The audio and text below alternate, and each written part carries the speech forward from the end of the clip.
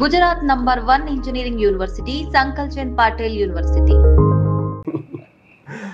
ఇంకో కేసు ఉంది కదండి. ఇంకో కేసు అంటే అది రూరల్ పోలీస్ స్టేషన్లో అయింది. అది ఇంత ప్రాపర్టీ కదా కానీ 15 లాస్ గోల్డ్. అది కూడా ఒక 24 అవర్స్లో డిటెక్ట్ అయింది. ఎలా అది కూడా ఒక మంచి సాటిస్ఫాక్షన్ ఇచ్చింది. అంటే దీంట్లో అసలు ఇది 1 kg గోల్డ్ కన్నా అందుట్లో వాళ్ళ కాంప్లైంట్ వాళ్ళ ఫీల్ అయ్యేదాన్ని గురించి చూస్తే నాకు చాలా హ్యాపీ అనిపించింది. అట్లా వాళ్ళ సాటిస్ఫాక్షన్ అవుతుంటే నా నెక్స్ట్ కేసుకి ఎట్లనే డిటెక్ట్ చేసి వాళ్ళకి సాటిస్ఫై చేయాలన్న ఉత్సాహం ఇట్లాంటి కేసుల వల్ల తెలుస్తుంది మాకు.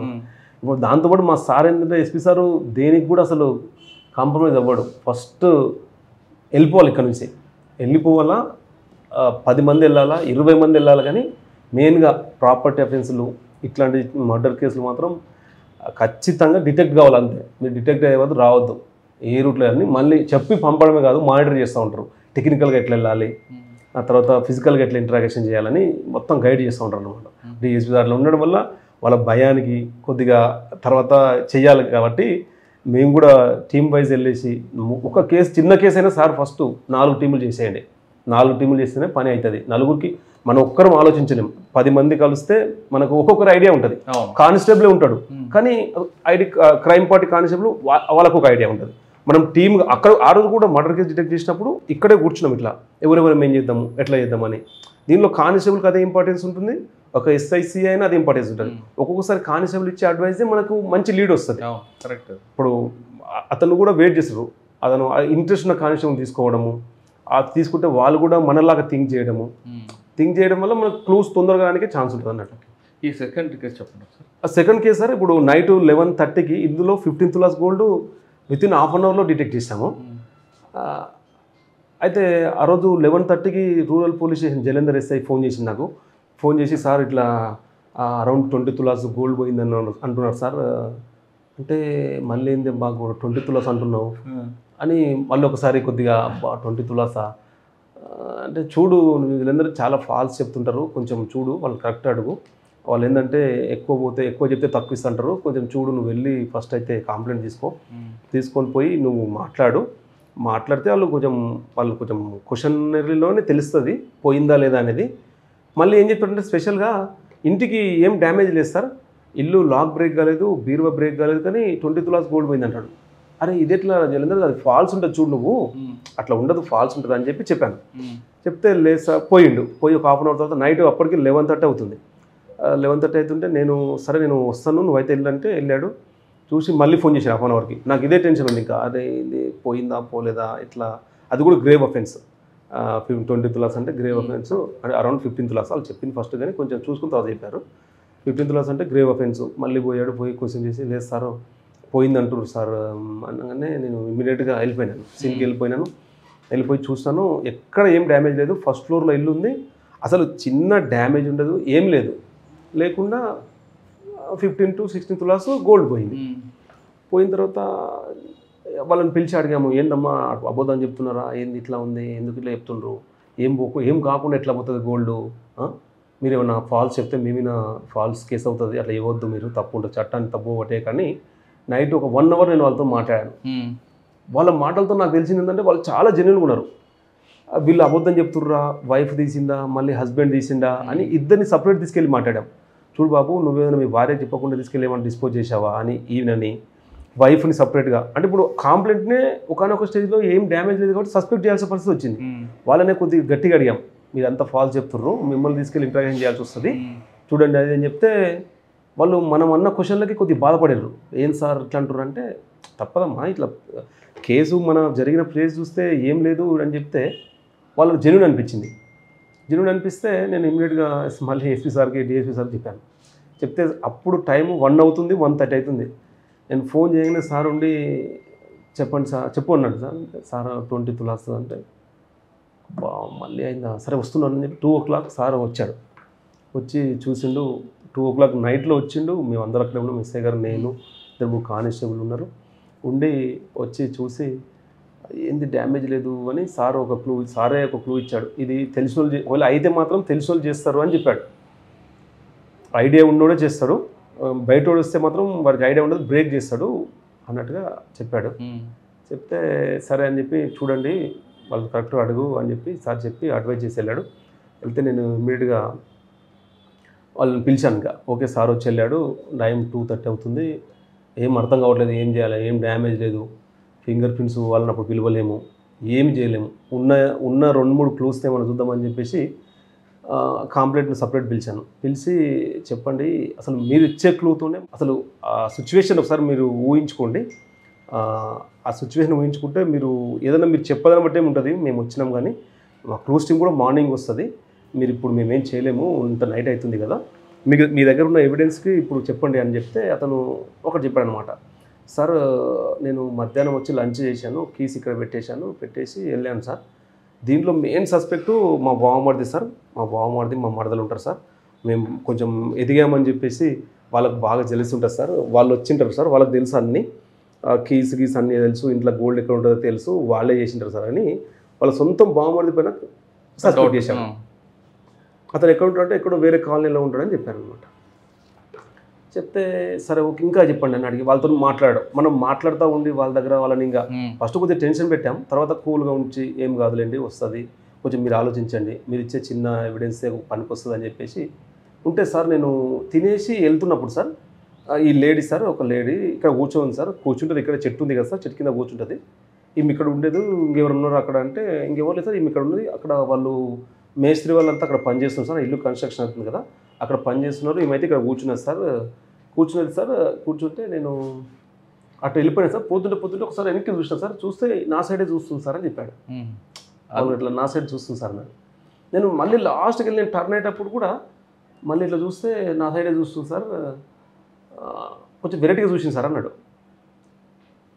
అవునా కరెక్ట్ అంటే నీకు డౌట్ అనిపించిందా అని అడిగితే అవును సార్ నాకు కొంచెం డౌట్ అనిపించింది అనగానే మనకున్న క్లూ అదొక్కటే అయితే ఇప్పుడు వాళ్ళ బావమరిని తీసుకురాలేము, మేస్త్రీలు అంటే లేరు, నైట్ మనం చేయాల్సిన పని అమౌంట్ 15 tulas గోల్డ్ అంటే కొంచెం ఎక్కువ అమౌంట్, వాళ్ళ ఐటెం కూడా అబద్ధం చెప్తున్నారంటే అన్ని కరెక్ట్గా చెప్తున్నారు, తర్వాత తెలిసింది మాకు వాళ్ళు చెప్పలేదని. ఇమ్మీడియట్గా సరే ఆ లేడీని పిలిచి అడుగుతూ ఉంటే అరుస్తూ ఉంది, ఆమె మామూలు విలేజ్ ఆమెనే కానీ గట్టిగా అరుస్తున్నాడు, మనల్ని డామినేట్ చేయడానికి చూస్తుంది, మమ్మల్ని ఎట్లంటారు దొంగతనం వేస్తారా అది ఇదని, వాళ్ళ కూతురు వాళ్ళ అల్లుడు అందరూ వచ్చి అరుస్తూ ఉంటే ఒకసారి మేమే డీటెయిల్స్ పడిపోయినాం, ఏంది సంథింగ్ ఏంది చేయలేదు అంటే చేసినా మనం చెప్పలేం కదా, ఏంది ఇట్లా అరుస్తుర్రు అంటే డామినేట్ చేయడానికి అరుస్తుందా లేదంటే అఫెన్స్ మనం అడగకూడదని అరుస్తుందా అని చెప్పేసి అట్లా ఉండదు అట్లా అని చెప్పేసి సంజాయించి నువ్వు చెప్పు అమ్మా అట్లా కాదు ఇక్కడ ఉన్నావంట కదా అది ఇది అని చెప్తే దాంట్లో కూడా ఒక క్లూ ఏంటంటే అతను కీ ఏం చేస్తారంటే అక్కడే పెడతారు, అది ఎట్లా చెప్పొచ్చు అంటే ఇల్లు లాక్ చేస్తారు, పిల్లలు వస్తుంటారు, వైఫ్ వేరే టైం వస్తుంటుంది, కీ ఇట్లా పెట్టేసి టక్కు సౌండ్ వస్తుంది, అతను ఇల్లు లాక్ చేసి మనది చెప్పులు పెట్టుకోవడానికి స్టాండ్ ఉంటుంది కదా కప్బోర్డు, అది ఓపెన్ చేసి ఇట్లా పెట్టేసి ఇట్లా మూసేస్తే టక్ మని కొట్టుకుంటుంది, కొట్టుకుంటుంది అంటే అక్కడ కీ ఉందని తెలిసిపోతుంది అన్నట్టు. అంటే మనం అదే అవేర్నెస్ ఉండాల్సిందే, ఏం కాదులే అనుకుంటారు అఫెన్స్లో, ప్రాపర్టీ అఫెన్స్లో ఏం కాదు అనుకుంటారు కానీ అందరూ ప్రాపర్టీ ఇంట్లో పెట్టుకోవడం, బీరోలో పెట్టుకోవడం, బీరో చీర కింద కీ పెట్టడం, లోపలికి ఏమో దానిపైన పెడతారు, దానికి ఏమో పక్కన చీర కింద పెడతారు అనమాట. అఫెండర్కి అంతా అక్కడే ఉంటుంది, ప్రతి అఫెన్స్లో చెప్తున్నాం, ప్రాపర్టీ బ్యాంకులో పెట్టుకోండి, మొత్తం యాప్లలో ట్రాన్సాక్షన్ పెట్టుకోండి, ఫిజికల్గా పెట్టుకోకండి, గోల్డ్ పెట్టినా కూడా అఫెండర్ వస్తే సస్పెక్ట్ చేయని ప్లేస్లో పెట్టండి అని అవేర్ చేస్తున్నాం కానీ అందరికీ రీచ్ అవుతలేదు, ఇంకా కంటిన్యూ చేస్తున్నాము. అట్లా టక్లో సౌండ్ వస్తుందంటే ఆమె రోజు అబ్జర్వ్ చేస్తుంది అనమాట ఇట్లా జరుగుతుందని చెప్పేసి. అంటే వాడిని అడిగాం కీ ఎక్కడ పెడతాం ఎట్లా పెట్టినామని, మళ్ళీ ఒకసారి సీన్ రీకన్స్ట్రక్షన్ చేసాం. సరే ఇట్లా అతను తీసుకొచ్చాం, కొంచెం డౌట్ రాగానే మళ్ళీ కంప్లైంట్ తీసుకొచ్చి ఎట్లా చేసినావు చెప్పు అని రీకన్స్ట్రక్షన్ చేసి ఇట్లా అయింది సార్, ఇట్లా వచ్చినాను, ఇక్కడ పెట్టినాను, ఇట్లా పోతున్నాను, ఇట్లా అయితే ఇట్లా వెళ్ళిపోగానే ఇట్లా అయింది సార్. సాయంత్రం వచ్చి చూస్తే ఈవినింగ్ వచ్చి చూస్తే ఏం డౌట్ లేదు, మామూలు క్యాజువల్గా తిన్నారు. లేట్ ఎందుకు అయిందంటే నైట్ 11-12 అయింది, అఫెన్స్ ఏమో 3:30కి అయింది. ఏమైందంటే మేము చూసుకోలేదు సార్, ఎందుకో నైట్ 10 o'clock 10:30కి పోయి కప్బోర్డ్ తీసి చూస్తే అది కొంచెం డిస్టర్బ్ ఉంది, అందుకే లేట్గా వచ్చింది. మనకి అఫెన్సే కాలేదు అనుకున్నారు వాళ్ళు, అఫెన్సే జరగలేదు అనుకున్నారు. ఎందుకో ఆమె కప్బోర్డ్ లేదు పని ఓపెన్ చేసి చూస్తే ఏంది కొంచెం డిస్టర్బెన్స్ అని తీస్తే గోల్డ్ లేదు అంటే మళ్ళీ మొత్తం సీన్ రీకన్స్ట్రక్షన్ చేస్తే అక్కడ అర్థమైంది, ఈమె మీద మ్యాక్సిమం సస్పెక్షన్ అర్థమైందిగా. అతను రావడము, పెట్టిన సౌండ్ కీకి ఇక్కడ కీ ఉందని, ఏమిందంటే వీళ్ళ ఫ్యామిలీ ఇంటి పక్కన వెళ్ళే కదా చూస్తుంటుంది, వీళ్ళ ఇంటికి వెళ్ళడము, వాళ్ళ ఇంట్లో కూర్చోవడము, ఎక్కడ పెడతారు ప్రాపర్టీ అది అని అంతా ఇంకా ఇంటరాగేషన్ తెలిసిపోయింది. ఆమె అడిగితే మా ఇంటికి వస్తుంటుంది సార్, ఎప్పుడైనా టీ తాగుతుంది, కింద వస్తే మాట్లాడుతూ ఉంటుంది, మా ఇంట్లో ఏమేమి వస్తుంది ఎక్కడ తెలుస్తున్నాగానే కొంచెం లీడ్ వచ్చినట్టు అనిపించింది. ఈ లోపల లేడీని ఇమీడియట్గా ఉమెన్ పీసీని తీసుకొచ్చి ఉమెన్ కానిస్టేబుల్ 2 కానిస్టేబుల్ని పెట్టేసి ఇంటరాగేషన్ అక్కడే కొద్దిగా మాట్లాడము చేయడము, చూడమ్మా ఇట్లా ఉంది నీ ఇష్టము అంతా అయిపోయింది, కీ పెట్టిందంతా అని చెప్పేసి క్వశ్చన్ చేసి లాస్ట్కు ఇది కూడా కొద్దిగా వాళ్ళ మోరల్ డౌన్ చేసేటట్టుగా, చూడమ్మా నైటే ఉంది ఇక్కడ, నైటే అయిపోతుంది అంటే అఫెన్స్ కన్ఫ్యూజ్ చేయించాలంటే ఒకసారి క్వశ్చనరే కాదు, ఒకసారి మిమ్మల్ని వదిలేస్తాంలే అని చెప్పడము, 2-3 రకాలుగా చేయాల్సి వస్తుంది. ప్రాక్టికల్గా అడిగి చూడమ్మా ఇంకా నైటే ఉంది ఇప్పుడు ఏం లేదు, అయిపోయింది చేసి ఉంటాము, ఒకవేళ చేసి ఉంటాము అట్లా అని చెప్పేసి కొంచెం సైకలాజికల్గా నువ్వు ఆడి మనిషి ఉన్నావు, తప్పు అట్లా కాదు, నువ్వు వెళ్ళిపోవచ్చు అని, నీది ఏమన్నా గోల్డ్ నువ్వు ఇస్తే నీది వాళ్ళకి ఇచ్చేస్తాం అన్నట్టుగా కొంచెం సైకలాజికల్గా వాళ్ళ రూట్లోకి వెళ్ళి అధ్యయంగానే ఫస్ట్ చెప్పొద్దు అని డల్ అవుతుందన్నమాట. అట్లా కొద్దిగా టెక్నికల్గా క్వశ్చనరీ చేయడంలో ఆమె ఉండి ఒక హాఫ్ అన్ అవర్ తర్వాత 3:30 అవుతుంది అప్పటికి. అక్కడే కూర్చున్నాము, వాళ్ళ పిలుచుకొని మాట్లాడుతూ ఉంటే లాస్ట్కు నేను బండి దిగేసి ఉమెన్ కానిస్టేబుల్ ఉంటుంది రూరల్ పోలీస్ స్టేషన్లో, ఆమెకు చెప్పినాను కొంచెం నువ్వు మోరల్గా చెప్పు ఇట్లా అని, మా ఇంటరాగేషన్ నువ్వు సపోర్ట్ ఇచ్చినట్టు మాట్లాడని చెప్పేసి నేను దిగి కొంచెం వాటర్ తాగినట్టు అట్లా ఇట్లా చేస్తే దిగి ఆమె మాట్లాడింది ఏమైనా ఉంటే మా కానిస్టేబుల్ కూడా అట్లా సార్ హెల్ప్ చేస్తున్నాడు కదా నువ్వు మంచిగా అట్లా చేయాలని ఆమె సరే ఆమె నేను మళ్ళీ బండిలో కూర్చొని చెప్పమ్మా ఏం కాదు చెప్పాదని, లేదు సార్ గోల్డ్ మొత్తం ఉంది సార్ అని చెప్తాను. ఉంది సార్ గోల్డ్ మొత్తం ఉంది అని చెప్తాను. ఉందా మరి ఉంటే అయిపోయాయి కదా వాళ్ళకి ఇస్తే అయిపోతుంది అంటే, ఎక్కడుందమ్మా అంటే ఇంట్లోనే ఉంది సార్ అంటే, ఇంట్లోనే పెట్టినా సార్ మా ఇంట్లో ఉందన్న, ఎక్కడ పెట్టినావు అంటే మొత్తం ఇట్లా కట్టలా కట్టేసి సబ్జెక్ట్ పైన వేసిన సార్. పోయి చూస్తే ఇంపాక్ట్ 15 తులాస్ గోల్డ్ కవర్లో కట్టి బ్లాక్ కలర్లో సబ్జెక్ట్ పైన పడేసింది. మా హోంబండికి చూసి మీరు బిలీవ్ చేయండి, ఇల్లు పక్క ఇల్లే కదా వీళ్ళంతా ఇంకా మేము మాట్లాడుతుంటే మీరు వెళ్ళిపోండి, మీరు ఎందుకు ఉండొద్దు అని చెప్పేసి ఎవరు ఉండొద్దు అన్నట్టుగా కాంప్లైంట్ వాళ్ళు కూడా ఇంటి వెళ్తే వాళ్ళు ఇంట్లో ఆలోచించుకుంటా ఏడుస్తూ ఉన్నారు, అంత గోల్డ్ పోయిందంటే ఇన్ని కష్టపడి సంపాదించుకున్నాము అది దాన్ని అట్లా ఉంటే మేము అక్కడే ఉన్నాం కదా గోల్డ్ అంతా చెప్పింది తీసుకొచ్చి మేము మళ్ళీ పైకి వెళ్ళాం వీళ్ళ ఇంటి పైకి. ఆమె కార్లోనే కూర్చుని ఇంకా సరే డిటెక్ట్ అయిందని ఆమెకి ఏదో చెప్పినాం, వెళ్ళి వాళ్ళ ఇంటికి వెళ్ళి డోర్ కొడితే డోర్ తీసారు. డోర్ తీస్తే మొత్తం ఐటమ్ అంతా ఓపెన్ చేసినాము, తీసి వాళ్ళ చేతిలో పెట్టేశాను ఇట్లా. ఆమె లేడీ ఏడుస్తుందండి, ఇంకా ఏం మాట్లాడతలేదు.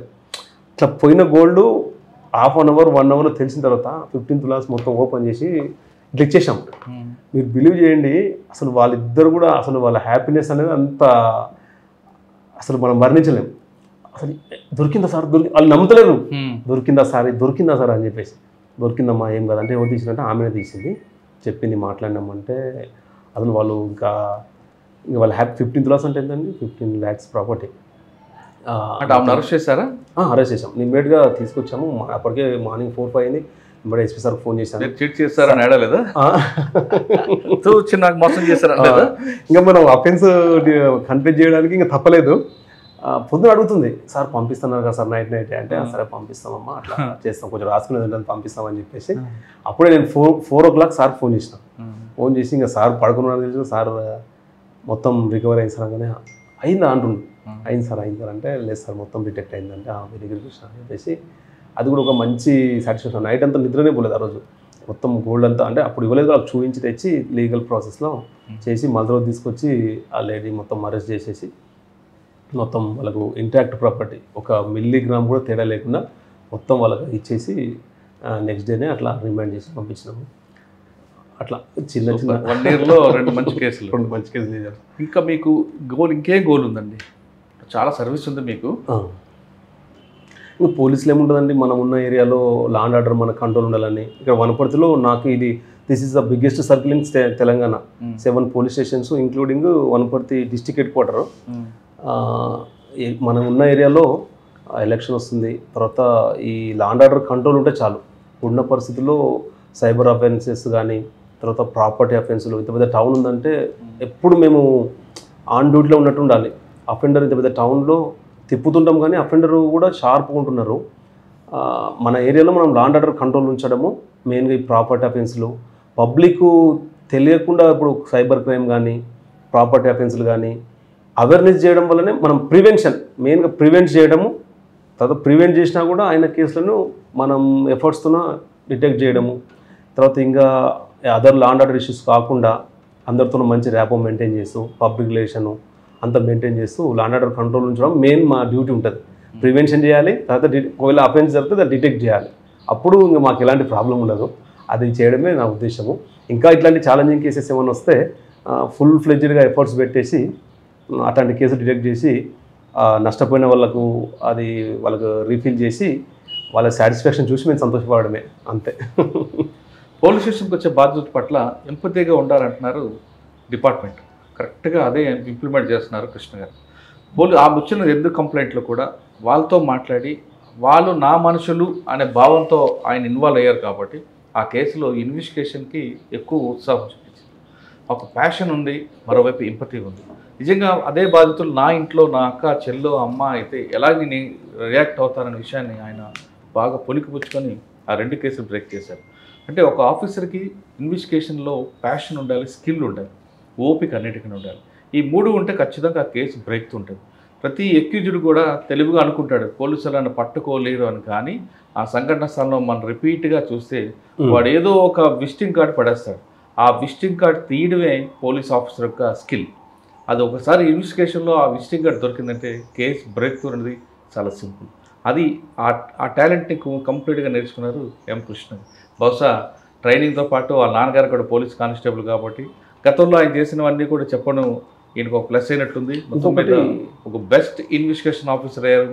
వనపర్తి కాదు, ఇకపై కూడా ఎటువంటి సంఘటన జరిగిన మంచి కేసులు అవుతాయని మనం భావిద్దాం.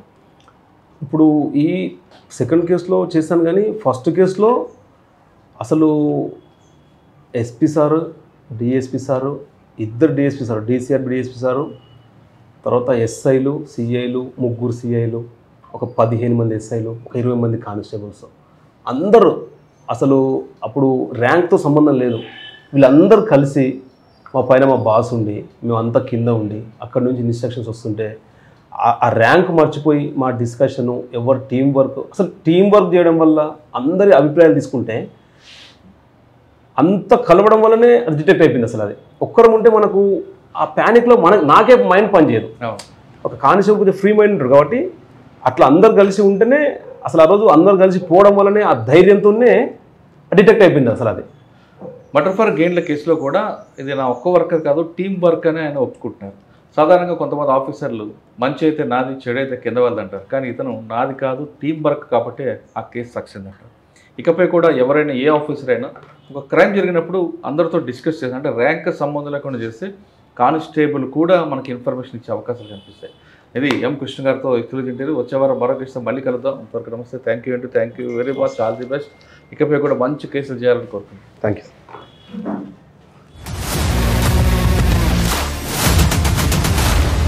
iDreams, this police diaries is something very, very valuable towards that. I must really appreciate Murali, your insights. iDreams founder and CEO Chinna Vasudev Reddy gartoni Muralidhar crime stories చాలా famous అయిపోయినావు.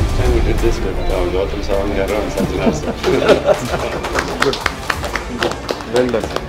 Congratulate him for doing so well, and I congratulate him, his boss also. For doing so well.